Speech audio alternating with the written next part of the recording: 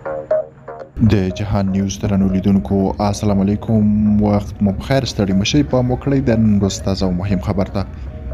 د پاکستان حکومت تور پورې کړی چې خیبر کې د پښتنو جرګه د یو موازی حکومت او په ټولنه کې د اختلافونو د رامنځته کېدو په موخه جوړیږي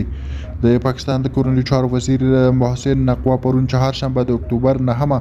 په اسلام آباد کې وی خبري غونډې ته ویلي و چې د اکتوبر 11 لویه جرګه نه بلکې د زورګونو کسانو وربلل بل څه دي د دغه تورونو په جواب کې د پښتون ژغورنې غورځنګ مخکښ فعال عطاالله جان پرون د ازادۍ رادیو مشال برخې سره په خبرو کې ویلي پښتون ژغورنې غورځنګ د حکومت ضد هیڅ ډول اقدام نه دی کړی بلکې یوازې د پښتنو د حقونو غوښتنه کوي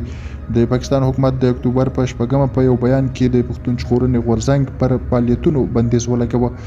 د غورځنګ مشر منظور پښتين په هماغه ورځ په یو بیان کې د پاکستان د حکومت دغه اقدام ظالمانه بللی او د پاکستان د بشري حقوقو د کمیسیون په ګډون د بشري حقوقو ادارو فعالانو یو شمېر سیاستوالو د پاکستان د حکومت دا اقدام غندل او خواشینۍ پرې څرګنده کړې ده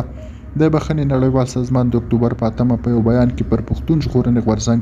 بندیز او د ترهګرۍ ضد قانون د پلي کېدو په اړه سختې نیوکې کړې وې د پښتون ژغورنې غورځنګ مشر منظور پښتين د دې غورځنګ د یو مخکښ فعال ګیلمن وزیر چې